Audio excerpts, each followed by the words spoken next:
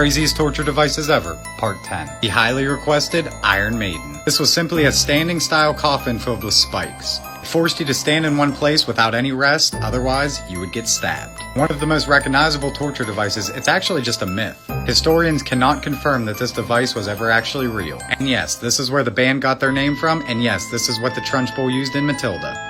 Craziest torture devices ever, Part 24. Coffin torture. Classic torture device and highly used throughout the Middle Ages. There were two types of cages. This classic square cage, or the human-shaped ones like this. Always made sure the one you were fitted with was way too small. They sometimes hung these in public plazas. Passerbys would throw rotten food or even rocks at you. Cause of death was usually dehydration or starvation. Sometimes leaving the skeleton in the cage for days as a warning to others. Fuck that.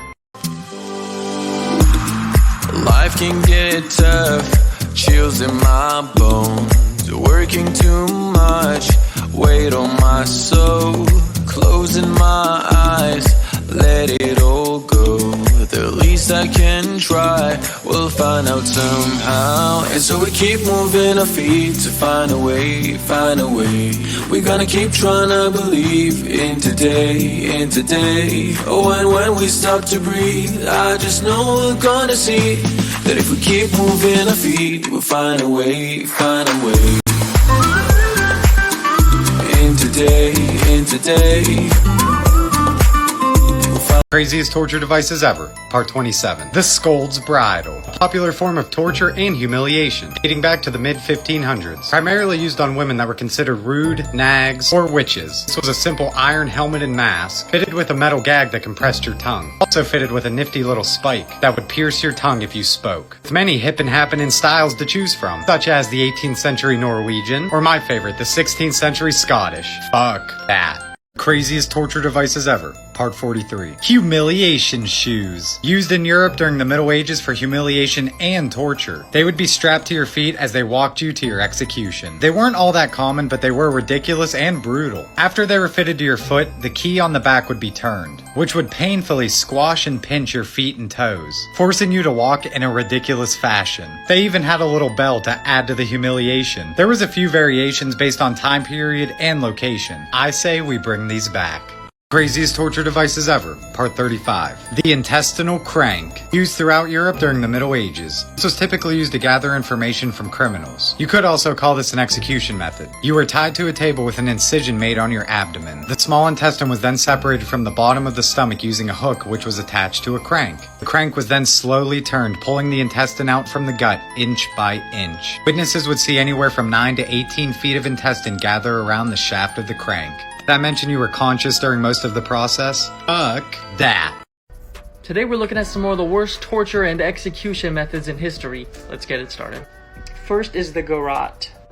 For this method, the condemned would be sat and then tied to a wooden post. A leather strap or a thick rope would be placed around the victim's neck, and then the executioner behind them would turn the handle, slowly choking the victim to death. Next is tarring and feathering. The subject would be stripped to his waist and then hot tar would be poured over his body. They would then have feathers poured onto them. Then they would uncomfortably be placed on a tiny rail and paraded around the city. The citizens would mock them and throw rocks at them. Lastly is the Halifax gibbet. This was the earlier form of the guillotine. This device consisted of an axe head fitted into a heavy wooden block. It would have two 15-foot tall uprights on each side. The victim's head would then be placed on a wooden block at the bottom. A rope would raise the axe head to the top of the structure. The executioner would yank the pin, causing the axe head to fall, cutting off the victim's head. Daisy, Daisy, give me your answer too. I'm half crazy, all for the love of you. This is the worst torture method you'll ever see. It's called tickle torture, but don't let the name fool you. Now, this technique originated in China back in 200 BC, but the way the Romans did it was so much worse. First, your feet will be strapped down and covered in honey, and then thirsty goats will come and lick them. Now, at first, the rough tongue of the goat will tickle you, sending you into a fit of laughter. The only problem is they cover your feet over and over again until the goats start licking into your flesh. This exposes the millions of ultra-sensitive nerve endings at the bottom of your feet. Eventually your brain can't handle it and you'll die in a state of shock. The most horrific torture methods. Part 33. The Iron Chair.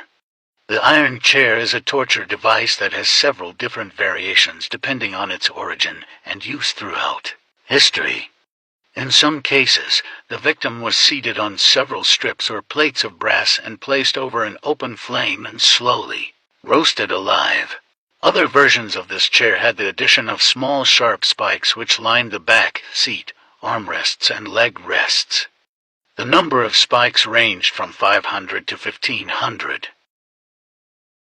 Craziest torture devices ever, Part 42. The Pear of Anguish, also known as the choke pear, believed to date back to the 1600s. Now this one had many different but equally brutal uses. For women who induced miscarriage, this was inserted into their woohoo! Was also used in the mouth of liars, and on some men accused of homosexuality. This caused massive internal damage and was rarely ever washed. The operation was very simple. You turned the key, and it opened the leaves. If the damage done by this didn't kill you, the infection would. Fuck that.